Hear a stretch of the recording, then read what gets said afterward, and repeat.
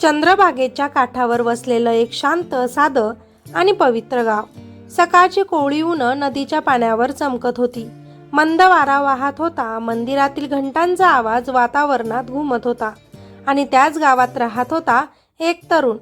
नाव त्याचं पुंडलिक. बाहेरून पाहिलं तर तो अगदी सामान्य वाटायचा, पण त्याच्या आयुष्याच्या आत एक वेगळीच कहाणी सुरू होती. अशी कहाणी जी पुढे जाऊन भक्तीचा सर्वोच्च आदर्श ठरणार होती. पण त्या क्षणी, त्या सुरुवातीच्या काळात पुंडलिक हा अजिबात तसा नव्हता जसा आपण आज त्याला ओळखतो. तो भक्त नव्हता, तो संत नव्हता. उलट तो स्वतःच्या सुखात बुडालेला, स्वार्थी आणि अहंकारी होता. त्याच्या घरात त्याचे वृद्ध आईवडील राहत होते. वयामुळे त्यांची ताकद कमी झाली होती. चालणं त्यांना अवघड झालं होतं.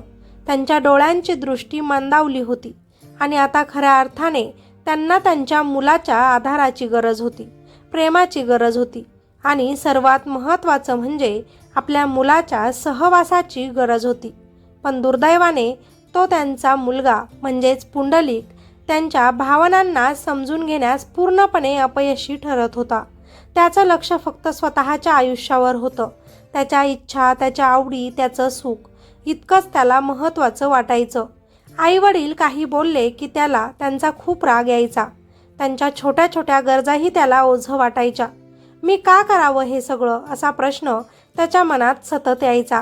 आणि त्या प्रश्नाचं उत्तर तो कधी शोधायचाच नाही, कारण त्याला स्वतःच्या आरामातच समाधान मिळत होतं. त्यामुळेच त्याच्या घरात प्रेमाऐवजी तणावाचं वातावरण निर्माण झालं होतं. आई वडील शांतपणे सगळं सहन करत होते. त्यांच्या डोळ्यात वेदना होती, पण मुलाची तक्रार नव्हती, कारण ते त्याचे आई वडील होते. त्यांना आपल्या मुलावर खूप प्रेम होतं आणि त्या प्रेमामुळेच ते त्याच्या वागण्याकडे दुर्लक्ष करत होते. पण मनाच्या आत खोलवर ते तुटत चालले होते. दिवस असेच जात होते आणि पुंडलिकाचं वागणं दिवसेंदिवस अधिकच कठोर होत चाललं होतं. त्याच्या आयुष्यात एक नवीन व्यक्ती आली होती, त्याची पत्नी. आणि तिच्या येण्याने पुंडलिक पूर्णपणे तिच्यात गुंतून गेला. तिच्यासोबत वेळ घालवणं, तिच्या इच्छा पूर्ण करणं, तिच्यासाठी नवीन वस्तू आणणं, यामध्येच तो आनंद शोधू लागला. पण या सगळ्यात तो आपल्या आईवडिलांना पूर्णपणे विसरून गेला. घरात ते असले तरीही त्याच्यासाठी ते जणू अस्तित्वातच नव्हते. एक दिवस सकाळची वेळ होती. आईनं थोड्या कष्टाने उठून स्वयंपाक करण्याचा प्रयत्न केला. तिचे हात थरथरत होते, शरीर साथ देत नव्हतं, पण तरीही ती प्रयत्न करत होती, कारण तिला आपल्या मुलाला उपाशी ठेवायचं नव्हतं. पण पुंडलिकाने ते पाहिलं आणि तिची मदत करण्याऐवजी तो चिडूनच आईला म्हणाला, हे सगळं नीट का होत नाही तुमच्याकडून? रोजच तुमचं तेच असतं. त्या शब्दांनी आईच्या मनाला खोलवर जखम झाली, पण तिनं काहीही उत्तर दिलं नाही. फक्त डोळ्यांतले अश्रू पुसले आणि पुन्हा आपल्या कामाला लागली. त्यावेळी त्याचे वडील एका कोपऱ्यात शांत बसले होते. त्यांना हे सगळं दिसत होतं, पण ते काही बोलू शकत नव्हते, कारण त्यांना माहिती होतं मुलाला बोलून काहीही बदलणार नाही. पुंडलिकाचं मन त्या काळात इतकं कठोर झालं होतं की त्याला दुसऱ्यांच्या वेदना जाणवणंच थांबलं होतं. तो स्वतःच्या जगात इतका गुंतला होता की त्याला हे कळत नव्हतं की ज्यांनी त्याला चालायला शिकवलं, बोलायला शिकवलं, त्या आईवडिलांकडेच तो आज दुर्लक्ष करत आहे. काळ पुढे सरकत होता आणि एक दिवस पुंडलिकाच्या मनात एक विचार आला. आपण तीर्थयात्रेला जावं. काशीला जाण्याची त्याची इच्छा झाली. त्याला वाटलं तिथे जाऊन त्याला पुण्य मिळेल, त्याचं आयुष्य चांगलं होईल. पण हे विचार करताना त्यानं एक गोष्ट पूर्णपणे विसरली की घरात त्याचे वृद्ध आईवडील राहत आहेत. तो गेला तर त्यांची काळजी घरी कोण घेणार? पण पुंडलिकासाठी हा प्रश्न महत्त्वाचा नव्हता. त्यानं आपल्या पत्नीशी बोलून निर्णय घेतला आणि दोघंही प्रवासासाठी तयार झाले. जेव्हा त्यांनी घर सोडण्याची तयारी केली तेव्हा आईवडिलांच्या मनात एक वेगळीच भावना निर्माण झाली. त्यांना आनंदही होता की आपला मुलगा तीर्थयात्रेला जात आहे, पण त्याचवेळी त्यांच्या मनात एक भीतीही होती की आपण आता घरात इथे एकटे कसे राहणार. पण त्यांनी काहीही बोललं नाही, कारण त्यांना माहिती होतं त्यांच्या शब्दांना आता काहीच किंमत नाही. पुंडलिकाने त्यांच्याकडे एकदाही मागे वळून पाहिलं नाही. तो आपल्या पत्नी समवेत घराबाहेर पडला आणि त्या क्षणी त्या घरात एक गडद शांतता पसरली. आई वडील दारात उभे राहून त्याला जाताना फक्त पाहत होते. त्यांच्या डोळ्यात प्रेम होतं, पण त्या प्रेमात एक वेदना मिसळलेली होती. पुंडलिक मात्र आनंदात होता. त्याला वाटत होतं की मी आता पुण्य कमवायला चाललो आहे. पण त्याला हे कळत नव्हतं की खऱ्या पुण्याचा मार्ग त्याने मागेच सोडला आहे. प्रवास सुरू झाला. रस्ते लांब होते, पण पुंडलिकाच्या मनात उत्साह होता. तो विविध ठिकाणी थांबत होता, लोकांशी बोलत होता आणि स्वतःच्या आनंदात रममाण होत होता. पण या सगळ्यात त्याच्या मनात एकदाही आपल्या आईवडिलांचा विचार आला नाही. त्यानं कधीच विचार केला नाही की ते घरी कसे असतील, त्यांना काही लागलं असेल का, ते ठीक असतील का, त्यांनी जेवण केलं असेल का. हा विचारच त्याच्या मनात येत नव्हता. आणि हाच त्या कथेचा सर्वात वेदनादायक भाग होता. कारण एक मुलगा जो आपल्या आईवडिलांसाठी जगायला हवा होता, तो त्यांच्यापासून दूर जात होता आणि त्याला याची जाणीवही नव्हती. पण नियतीला काही वेगळंच मान्य होतं. या प्रवासात पुंडलिकाच्या आयुष्यात एक असा क्षण येणार होता जो त्याचं संपूर्ण आयुष्य बदलून टाकणार होता. एक असा क्षण जो त्याला स्वार्थातून बाहेर काढून भक्तीच्या मार्गावर आणणार होता. रस्ता लांब होता, धुळीनं भरलेला, कधी उन्हाची कडक झळ तर कधी सावलीतला थोडासा आराम. पुंडलिक आणि त्याची पत्नी काशीच्या दिशेनं निघाले होते. त्यांच्या पावलांमध्ये उत्साह होता, मनात एक वेगळाच अभिमान होता. आपण तीर्थयात्रेला चाललो आहोत, पुण्य मिळवायला, असा विचार पुंडलिकाच्या मनात सतत घुमत होता. पण त्या विचारांमध्ये एक मोठी पोकळी होती. कारण त्याच्या मनात भक्ती नव्हती, केवळ दिखावा होता. पुण्य मिळवण्याची लालसा होती आणि स्वतःला श्रेष्ठ समजण्याचा अहंकार होता. रस्त्यात त्यांना अनेक यात्रेकरू भेटत होते. काही वृद्ध होते, काही तरुण, काही आपल्या कुटुंबासोबत चालले होते, तर काहींच्या पायात चप्पलही नव्हती. तरीही त्यांच्या चेहऱ्यावर समाधान होतं. त्यांच्या होठांवर देवाचं नाम होतं. रामकृष्ण हरी असा गजर वातावरणात घुमत होता.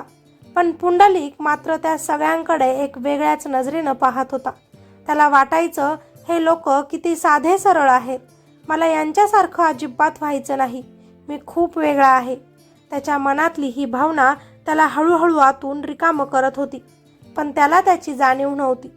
दिवस सरत होते, प्रवास चालू होता आणि एक संध्याकाळ अशी आली जेव्हा आकाशात सूर्य मावळतीला झुकला होता. लालसर किरणांनी संपूर्ण वातावरण रंगवलं होतं. पक्षी आपल्या घरट्यांकडे परतत होते आणि पुंडलिकाला पुढे एक आश्रम दिसला. शांत, साधा, पण काहीतरी वेगळंच आकर्षण असलेला. त्या आश्रमातून मंद दिव्याचा प्रकाश बाहेर येत होता आणि भजनाचा आवाज हळूच कानावर पडत होता. पुंडलिक थोडासा थांबला. त्यानं पत्नीला म्हटलं, आज इथेच थांबूया, उद्या आपण पुढे जाऊ. दोघंही त्या आश्रमात गेले. तिथे काही साधू संत बसले होते. त्यांच्या चेहऱ्यावर शांतता होती, डोळ्यांत समाधान होतं.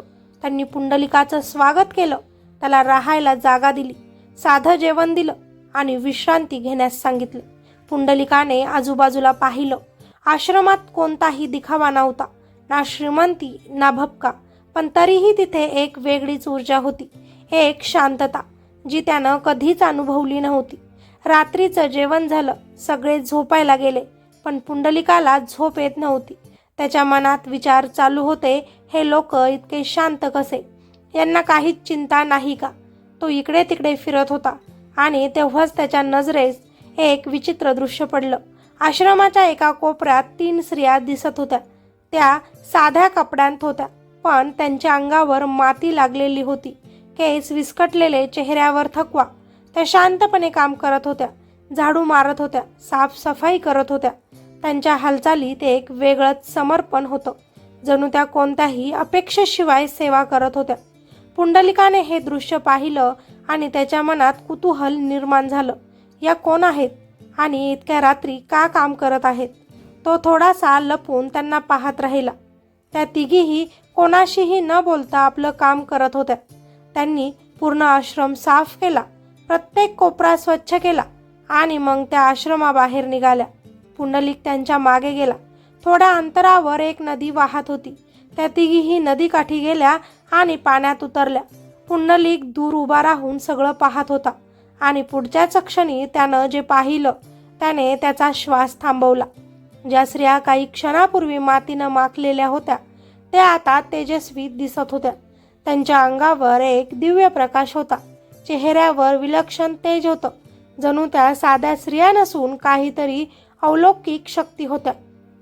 पुंडलिक आश्चर्यचकित झाला. त्याच्या डोळ्यांवर त्याला विश्वास बसत नव्हता. तो धावतच त्यांच्या जवळ गेला आणि थरथरत्या आवाजात त्यानं विचारलं की तुम्ही कोण आहात. त्या तिघीही त्याच्याकडे पाहिलं आणि हलकंसं स्मित केलं. त्यांचा आवाज अत्यंत शांत आणि मधुर होता. आम्ही गंगा, यमुना आणि सरस्वती आहोत. हे ऐकून पुंडलिक थक्क झाला. त्याच्या पायाखालची जमीन सरकली. देवी, तुम्ही इथे आणि या अवस्थेत? त्याचा आवाज कापत होता. त्याच्या मनात हजारो प्रश्न होते. त्याने पुन्हा विचारलं, पण तुम्ही इतक्या अशुद्ध का दिसत होतात? त्यावर त्या म्हणाल्या, लोक आमच्यात स्नान करतात. त्यांच्या पापाचा भार आम्ही वाहतो, त्यामुळे आम्ही अशुद्ध होतो. पुंडलिक शांतपणे ऐकत होता. त्याच्या मनात काहीतरी हलायला लागलं होतं. त्या पुढे म्हणाल्या, पण जेव्हा आम्ही संतांच्या सेवेत राहतो, त्यांच्या आश्रमात काम करतो, तेव्हा आम्ही पुन्हा शुद्ध होतो. त्या शब्दांनी पुंडलिकाच्या हृदयात एक जोरदार धक्का बसला. त्याच्या डोळ्यांसमोर अचानकच त्याचे आई वडील उभे राहिले. त्यांच्या थरथरणाऱ्या हाताचा, त्यांच्या अश्रूंनी भरलेल्या डोळ्यांचा त्याला आठवू लागलं. त्यानं त्यांच्याशी कसं वागलं होतं, त्याने त्यांना कसं दुखावलं होतं. आणि त्या क्षणी त्याच्या मनात एक वेगळीच भावना निर्माण झाली. ती म्हणजे पश्चातापाची, अपराधीपणाची. त्याच्या डोळ्यात पाणी आलं. तो खाली बसला आणि म्हणाला, मी खूप मोठी चूक केली आहे. त्याचा आवाज भरून आला होता. त्याला आता समजत होतं की खरी सेवा काय असते, खरी भक्ती काय असते. ती देवाच्या मंदिरात नाही, तर आपल्या आई वडिलांच्या सेवेत असते. त्या 3 देवतांनी त्याच्याकडे प्रेमाने पाहिलं आणि त्याला म्हणाल्या, अजून वेळ गेलेली नाही, तू अजूनही बदलू शकतोस. त्या शब्दांनी पुंडलिकाच्या मनात एक नवीन प्रकाश निर्माण झाला. त्याच्या आयुष्याचा तो एक टर्निंग पॉइंट होता. एक असा क्षण जिथे त्याचं जुनं आयुष्य संपत होतं आणि एक नवीन सुरुवात होत होती. त्या रात्री पुंडलिकाला झोप आली नाही. तो सतत विचार करत होता आपल्या चुका, आपल्या वागणुकींबद्दल. त्याला आता स्वतःचाच तिरस्कार वाटत होता. पण त्याच वेळी त्याच्या मनात एक निर्धारही निर्माण झाला. मी आता बदलणार. मी माझ्या आई वडिलांची सेवा करणार. सकाळची वेळ. सूर्य नुकताच उगवला होता. आकाशात हलकी सोनेरी किरण पसरली होती. पक्ष्यांचा किलबिलाट वातावरणात घुमत होता आणि आश्रमात एक वेगळीच शांतता होती. पण त्या शांततेच्या आत पुंडलिकाच्या मनात मात्र एक वादळ उसळलं होतं. रात्रभर त्याला झोप लागली नव्हती. त्या 3 दिव्य स्त्रियांचे शब्द, त्यांचे तेजस्वी रूप आणि त्यांनी सांगितलेलं सत्य, हे सगळं त्याच्या मनात सतत फिरत होतं. त्याला आता काहीच समजत नव्हतं. तो स्वतःलाच प्रश्न विचारत होता की मी कोण आहे आणि माझं आयुष्य नेमकं चाललंय कुठं. कालपर्यंत जो पुंडलिक स्वतःला योग्य समजत होता, आज त्याला स्वतःबद्दल शंका येऊ लागली होती. त्याच्या मनात अपराधीपणाची भावना इतकी वाढली होती की त्याला स्वतःच्या चेहऱ्याकडे पाहायलाही भीती वाटत होती. तो आश्रमाच्या एका कोपऱ्यात शांत बसला होता. डोळ्यांत पाहणी, चेहऱ्यावर गंभीरता आणि मनात हजारो विचार. तेवढ्यातच आश्रमातील एक साधू त्याच्या जवळ आला. त्यानं प्रेमाने त्याला विचारलं की काय झालं पुत्रा, तू इतका व्याकुळ का दिसतोयस? पुंडलिक काही क्षण शांत राहिला आणि मग त्याच्या डोळ्यांतून अश्रू वाहू लागले.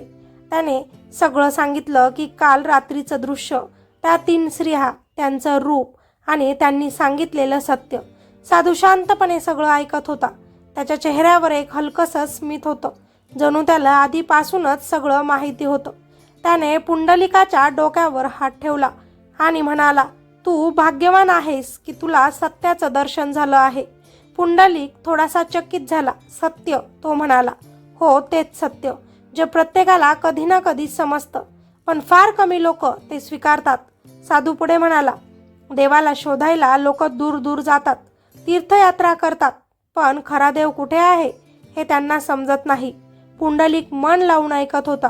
त्याच्या मनात प्रत्येक शब्द खोलवर उतरू लागला होता. साधू म्हणाला, देव मंदिरात नाही, तो फक्त मूर्तीमध्ये नाही. देव आहे आपल्या कर्तव्यात, आपल्या सेवेत आणि सर्वात महत्त्वाचं म्हणजे आपल्या आई वडिलांमध्ये. हे ऐकताच पुंडलिकेच्या हृदयात एक जोरदार वेदना उठली. त्याच्या डोळ्यांसमोर पुन्हा त्याचे आईवडील उभे राहिले. त्याच्या थकलेल्या चेहऱ्यावरचं प्रेम, त्यांच्या डोळ्यांतली अपेक्षा आणि त्याने केलेला त्यांचा अपमान सगळं त्याला आठवू लागलं. तो जोरजोरात रडू लागला. मी खूप मोठा पापी आहे, तो म्हणाला. मी माझ्या आईवडिलांना खूप दुखावलं आहे. मी त्यांची सेवा केली नाही, उलट मी त्यांचा अपमान केला. त्यांचा आवाज थरथरत होता. त्यांच्या शब्दात खूप वेदना होती. साधूनं त्याला शांत केलं आणि म्हणाला, पुत्रा, चूक करणं हा माणसाचा स्वभाव आहे, पण त्या चुकीची जाणीव होणं आणि ती सुधारण्याचा प्रयत्न करणं हाच खरा धर्म आहे. पुंडलिक शांत झाला. त्यानं डोळे पुसले आणि साधूकडे पाहतच म्हणाला, मला काय करावं लागेल? मी माझं पाप कसं धुवू शकतो? साधू म्हणाला, तुला कुठेही जाण्याची गरज नाही. तुला काशीला जाण्याचीही गरज नाही. तुला फक्त तुझ्या घरी परतायचं आहे. घरी? पुंडलिकाने आश्चर्याने विचारलं. हो, घरी. तिथे तुझे आई वडील आहेत. त्यांची सेवा कर, त्यांचं मन जिंक. तीच तुझी काशी, तीच तुझी गंगा, तीच तुझी पूजा. त्या शब्दांनी पुंडलिकाच्या मनात एक वेगळंच समाधान निर्माण झालं. त्याला आता सगळं स्पष्ट दिसायला लागलं होतं. कालपर्यंत जो मार्ग त्याला योग्य वाटत होता तो आता चुकीचा वाटत होता, आणि जो मार्ग त्यानं कधी विचारही केला नव्हता तोच आता त्याला खरा वाटत होता. त्याने ठरवलं की मी परत जाणार, आत्ताच, ह्याच क्षणी. त्याच्या मनात आता कोणतीही शंका नव्हती, कोणताही अहंकार नव्हता. फक्त एकच भावना होती, सेवेची, प्रायश्चिताची आणि खरी भक्ती करण्याची. तो उठला, आश्रमातील सर्व साधूंना नमस्कार केला आणि निघायला लागला. पण जाताना त्यानं एकदा मागे वळून पाहिलं. त्याच्या डोळ्यात कृतज्ञता होती, कारण त्या ठिकाणी त्याला आयुष्याचं खरं तत्व समजलं होतं. बाहेर पडताना त्याच्या पावलांमध्ये आता तोच उत्साह नव्हता जो काशीला जाताना होता, पण त्या पावलांमध्ये एक दृढता होती, एक निर्धार होता. तो आता पुण्य मिळवण्यासाठी चालत नव्हता, तर आपली चूक सुधारण्यासाठी चालत होता. रस्ता तोच होता, पण पुंडलिक बदलला होता. आता त्याला वाटेत भेटणाऱ्या प्रत्येक माणसाकडे तो वेगळ्या नजरेनं पाहत होता. त्याला त्यांच्या चेहऱ्यावरचं समाधान दिसत होतं. त्यांच्या भक्तीतली खरी भावना जाणवत होती, आणि त्याला आता समजत होतं की खऱ्या भक्तीचा अर्थ काय असतो. काही अंतर चालल्यानंतर तो एका टेकडीवर थांबला. त्यानं दूरवर पाहिलं आणि मनातच म्हटलं की आई बाबा, मी येतोय तुमच्याकडे, तुमची सेवा करायला. त्याच्या डोळ्यांतून पुन्हा अश्रू वाहू लागले, पण हे अश्रू वेदनेचे नव्हते, तर एक नवीन सुरुवातीचे होते. त्या क्षणी पुंडलिकाचं जुनं आयुष्य पूर्णपणे संपलं होतं आणि एक नवीन प्रवास सुरू झाला होता. असा प्रवास जो त्याला थेट देवाजवळ घेऊन जाणार होता. पण देवाला भेटण्यासाठी त्याला आधी एक मोठं काम करायचं होतं, आणि ते काम म्हणजे आईवडिलांची सेवा. कारण आता त्याला कळलं होतं की जिथे सेवा आहे तिथेच देव आहे, आणि जिथे देव आहे तिथेच खरी भक्ती आहे. पुंडलिकाच्या जीवनात आता एक अद्भुत शांतता आणि समाधान निर्माण झाले होते. आईवडिलांची सेवा हेच त्याचे सर्वस्व बनले होते. दिवस रात्र तो त्यांच्या सेवेत इतका रमला होता की त्याला बाहेरील जगाची फारशी जाणीवही उरली नव्हती. त्याच्या मनात आता ना अहंकार होता, ना मोह, ना लोभ, फक्त निस्वार्थ प्रेम आणि कर्तव्य भावना होती. घरी आल्यावर पुंडलिक पूर्णपणे बदलला होता. पूर्वीचा उद्धट, स्वार्थी आणि आईवडिलांकडे दुर्लक्ष करणारा पुंडलिक आता जणू नव्यानं जन्माला आला होता. त्याच्या मनात एक खोल पश्चाताप होता, पण त्याचबरोबर एक दृढ निश्चयही होता की आता उरलेले संपूर्ण आयुष्य तो आपल्या आईवडिलांच्या सेवेला अर्पण करणार होता. त्याच्या आयुष्याचा केंद्रबिंदू बदलला होता. आता त्याच्यासाठी ना सुख महत्त्वाचं होतं, ना वैभव. त्याच्यासाठी सर्वात मोठं धन होतं त्याच्या आईवडिलांचं समाधान. तो रोज पहाटे उठू लागला. घर स्वच्छ करणे, पाणी आणणे, स्वयंपाक करणे, ही सगळी कामं तो आनंदाने करू लागला. आईवडिलांना उठवताना त्याच्या आवाजात इतकी माया असायची की त्यांच्या चेहऱ्यावर लगेचच शांत हसू उमटायचं. तो त्यांना प्रेमाने जेवण वाढायचा, त्यांच्या हाताला धरून त्यांना चालायला मदत करायचा, त्यांच्या औषधांची काळजी घ्यायचा. प्रत्येक छोट्या गोष्टीत तो जागरूक होता. पूर्वी ज्या हातांनी त्याने आईवडिलांना त्रास दिला होता तेच हात आता त्यांच्या पायाची सेवा करत होते. तो त्यांच्या पायाची मालिश करायचा, त्यांच्या थकलेल्या शरीराला आराम द्यायचा, त्यांना रात्री झोप लागत नसेल तर तो त्यांच्या शेजारी बसून राहायचा, त्यांच्या प्रत्येक वेदनेत तो सहभागी व्हायचा. हळूहळू त्यांचं संपूर्ण आयुष्यच बदललं. तो स्वतःसाठी जगणं विसरला आणि इतरांसाठी, म्हणजेच विशेष आपल्या पालकांसाठी जगू लागला. त्यांच्या या सेवेमुळे त्याच्या घरात एक वेगळीच पवित्रता निर्माण झाली. जणू त्या घरात देवच वास करू लागला होता. त्या घराच्या वातावरणात शांतता होती, प्रेम होतं आणि समाधान होतं. गावातील लोक हे सगळं पाहत होते. त्यांना आश्चर्य वाटत होतं की हा तोच पुंडलिक का? पण त्याच वेळी त्यांना प्रेरणाही मिळत होती. लोक त्याच्याकडे येऊन विचारू लागले की तू इतका बदललास कसा? पुंडलिक फक्त हसत उत्तर द्यायचा की आई वडिलांची सेवा केली की मन शुद्ध होतं, आणि जिथे मन शुद्ध होतं तिथे देव आपोआप भेटायला घरी येतो. देवाला भेटायला जायची गरज नसते. आणि खरंच त्याच्या या अटूट भक्तीनं आणि निस्वार्थ सेवेमुळे भगवान श्रीकृष्ण प्रभावित झाले. त्यांनी वैकुंठातून पुंडलिकाकडे पाहिलं आणि त्यांच्या मनात एकच विचार आला की असा भक्त विरळाच असतो, मला त्याला भेटायलाच हवं. एक दिवस असा आला की भगवान श्रीकृष्ण स्वतः पंढरपुरात आले. वातावरणात एक अद्भुत तेज पसरलं होतं. जणू संपूर्ण निसर्ग त्यांचं स्वागत करत होता. ते हळूहळू चालत पुंडलिकाच्या घरी आले. त्यांच्या मुखावर प्रेम, करुणा आणि आनंद होता, कारण ते एका खऱ्या भक्ताला भेटायला आले होते. ते दारात उभे राहिले. त्या क्षणी पुंडलिक आपल्या आईवडिलांची सेवा करत होता. तो त्यांच्या पायाची मालिश करत होता, त्यांना आराम देत होता. त्यांचं लक्ष पूर्णपणे सेवेत होतं.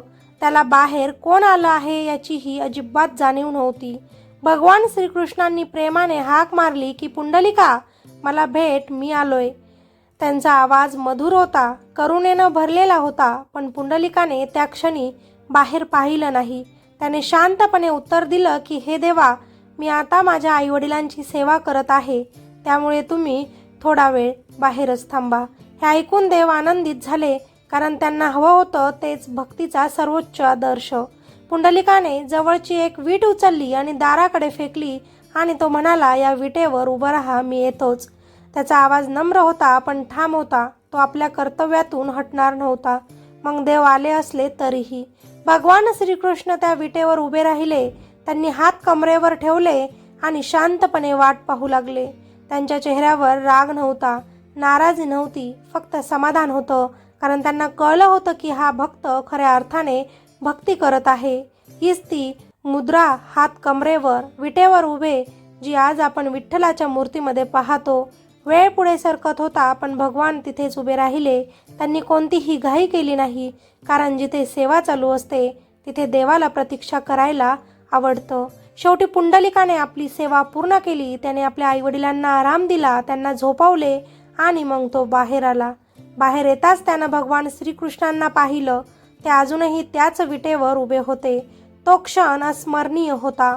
पुंडलिकाच्या डोळ्यांत अश्रू आले. तो धावत जाऊन त्यांच्या चरणी पडला. तो म्हणाला, हे देवा, मला माफ करा, मी तुम्हाला इतका वेळ बाहेर थांबवलं. भगवान श्रीकृष्ण प्रेमाने हसले आणि म्हणाले की हे पुंडलिका, तू मला थांबवलंस पण ते चुकीचं नव्हतं. तू जे केलंस तेच खरं आहे. तू आईवडिलांची सेवा केली, तीच खरी भक्ती आहे. हे शब्द ऐकून पुंडलिकाच्या मनात एक गहिवर दाटून आला. त्याला जाणवलं आज त्याच्या आयुष्याचं सार्थक झालं आहे.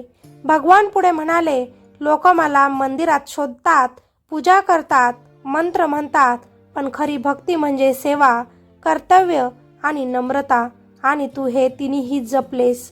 पुंडलिक नम्रपणे म्हणाला, देवा, तुम्ही माझ्यावर इतकी कृपा केली. आता एकच विनंती आहे, तुम्ही इथेच राहा या भूमीवर, जेणेकरून इतर भक्तांनाही तुमचं दर्शन मिळेल. भगवान श्रीकृष्णांनी त्याची विनंती मान्य केली आणि ते म्हणाले की मी आता इथेच राहीन, तुझ्यासाठी आणि तुझ्यासारख्याच भक्तांसाठी. आणि ते त्या विटेवर स्थिर उभे राहिले. त्या दिवशी एक नवीन इतिहास निर्माण झाला.